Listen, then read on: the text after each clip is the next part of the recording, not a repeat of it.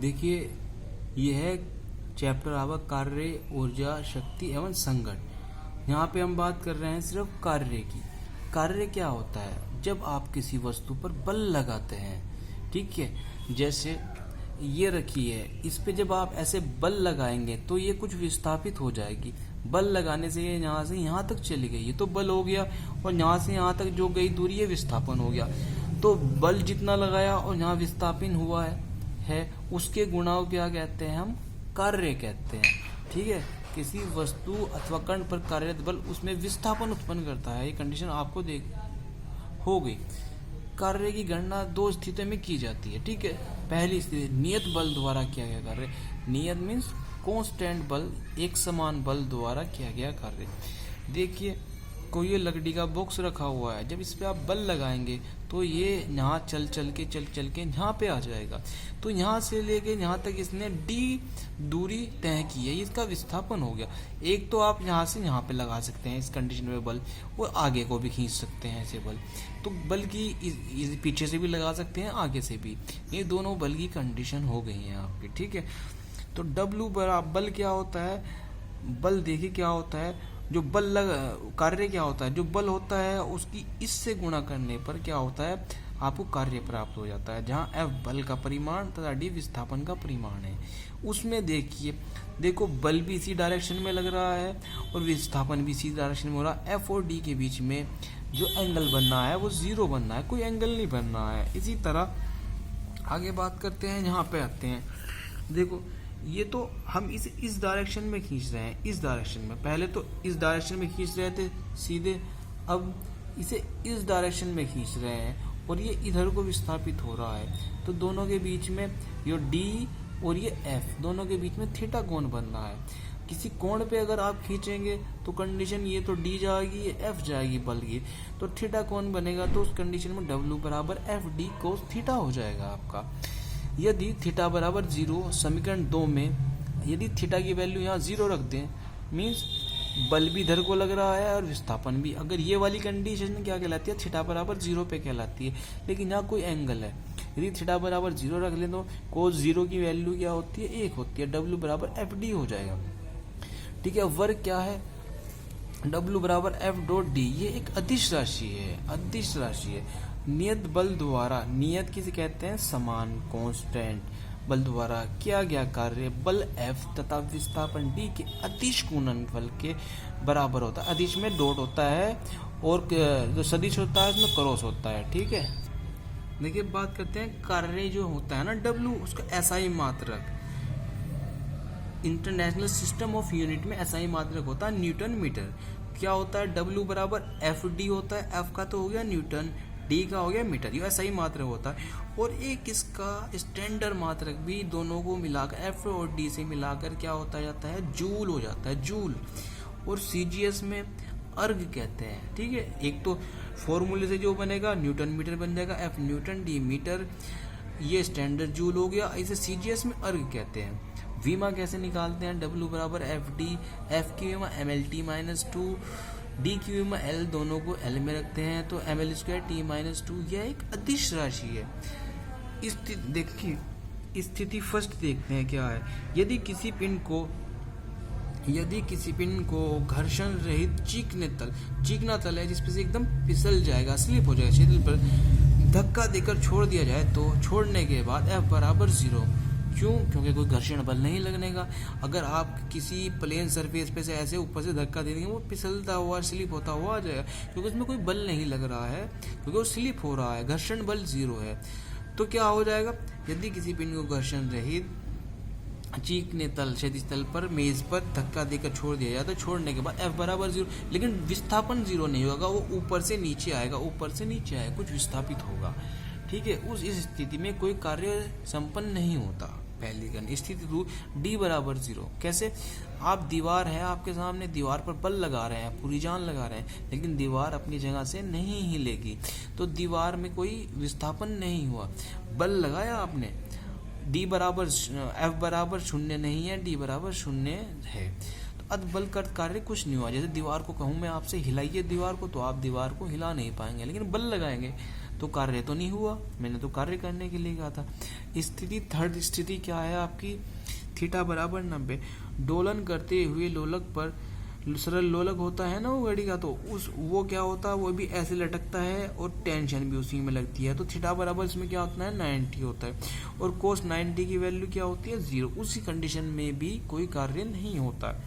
कार्य का मान शून्य ना होकर धनात्मक अथवा ऋणात्मक हो सकता है। शून्य ना होकर धनात्मक भी हो सकता है, ऋणात्मक भी होता है। यदि किसी वस्तु पर अनेक बल, जैसे कोई चीज है उस पर बहुत सारे बल लग रहे हैं, F1 F2 F3 बहुत सारे लग रहे हैं, तो इन बलों द्वारा वस्तु में विस्थापन S हो, तो उस कंडीशन में क्या होगा, यदि कोई वस्तु है उस पर बहुत सारे बल लग रहे हैं, एक आदमी इधर से लगा रहा है, एक इधर से लगा रहा है, एक उधर से लगा रहा है, चारों तरफ से, तो उनका कार्य क्या होगा, W टोटल कार्य क्या होगा, W1 जमा W2 जमा W3 जितना ही होगा।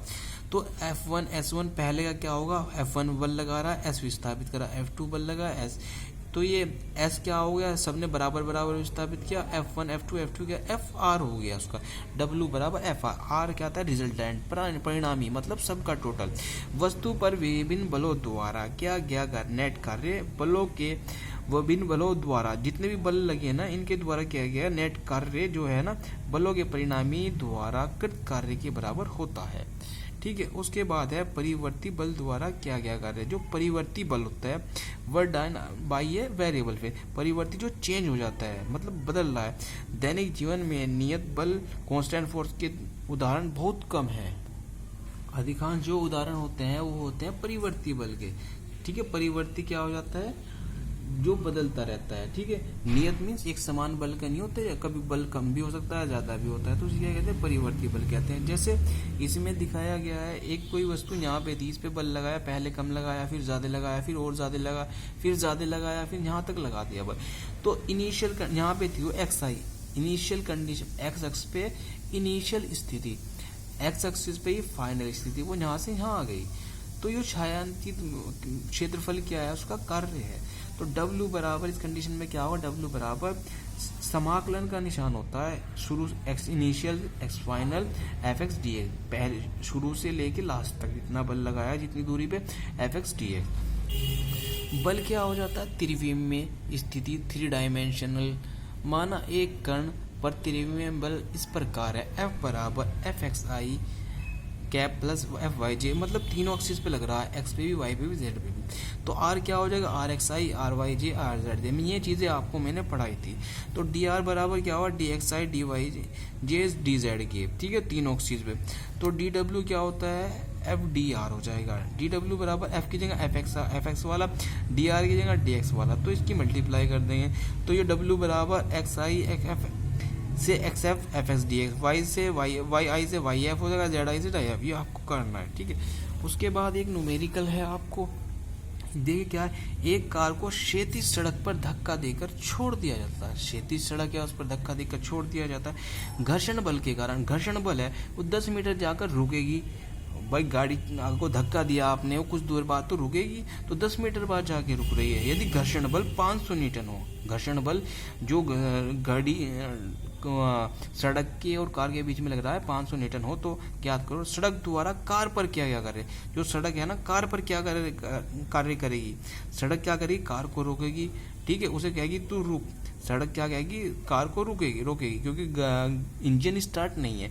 इसी तरह कार द्वारा भी सड़क पर कोई कार्य किया जाएगा, वो देखते हैं कि W बराबर FD कोस थीटा से। ठीक है, जैसे ये सड़क हो गई आपकी, यहाँ बल लगा के छोड़ दिया, तो 10 मीटर बाद जाके रुक जाएगी ये। ठीक है, तो क्या हो जाएगा, दोनों के बीच में कितना कोण हो जाएगा, 180 हो जाएगा, क्योंकि सड़क तो इधर को लगाएगी, पर आपने तो इधर को लगाया।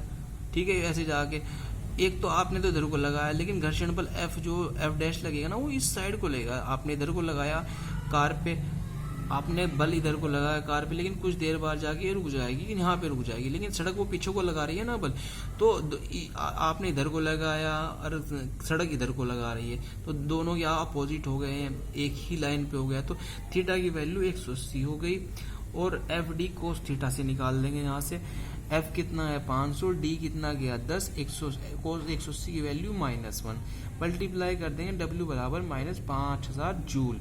निगेटिव वर्क आया है क्योंकि आपने इधर को लगाया, वो इधर को खींच रही है। उसके बाद कार, ये तो था सड़क द्वारा कार पर लगाया गया बल। अब है कार द्वारा सड़क पर भी लगाया। कार भी तो एक सड़क पर बल लगाएगी, तो जब कार न्यूटन के तृतीय नियम से लेंगे, कार द्वारा सड़क पर लगाया गया बल F डैश होगा। सड़क द्वारा कार पर लगाया गया बल F के बराबर परंतु विपरीत होगा। सड़क इधर को लगा रही है तो कार इधर को लगा रही है, तो उस सड़क तो कार द्वारा सड़क, कार थोड़ा सड़क को हटा देगी, सड़क के ऊपर ही तो कार चल सकती है, कार के ऊपर सड़क तो ही चलेगी। तो कार द्वारा जो सड़क पर लगाया गया बल है वो तो 500 न्यूटन हो गया, लेकिन विस्थापन 0 हो जाएगा, क्योंकि कार है ना सड़क है ना कार पे नहीं चल सकती। सड़क क्या है, कार पे नहीं चल सकती, तो उसका विस्थापन, सड़क तो वही है, 0 हो गया। तो W बराबर 500 गुणा 0, cos 0 की वैल्यू 1 होगी, सारी वैल्यू 0 हो गई। ये क्वेश्चन आप कर लेंगे, ये इजी है। एक बता रहा हूँ, एक बल है F बराबर 2x, एक कण पर x अक्ष कार्यरत है, जहाँ F न्यूटन में तथा x मीटर में है। बल द्वारा कण को x बराबर 2 से ये कंडीशन दी है, तो इसमें W बराबर यहाँ 2 से 5 तक, ठीक है। एक्स आई से एफ एक्स है, इनिशियल कंडीशन है, फाइनल कंडीशन है, ठीक है।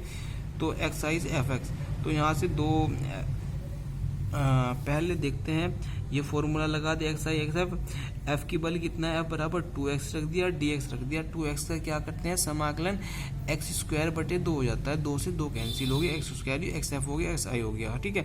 तो एक्स आई बराबर 2 लिख देंगे यहाँ, एक्स एफ भी यहाँ रख देंगे, पहले ऊपर वाला रखते हैं एक्स एफ का स्क्वायर, फिर नीचे वाला रखते हैं माइनस एक्स आई का स्क्वायर, ही हो गया।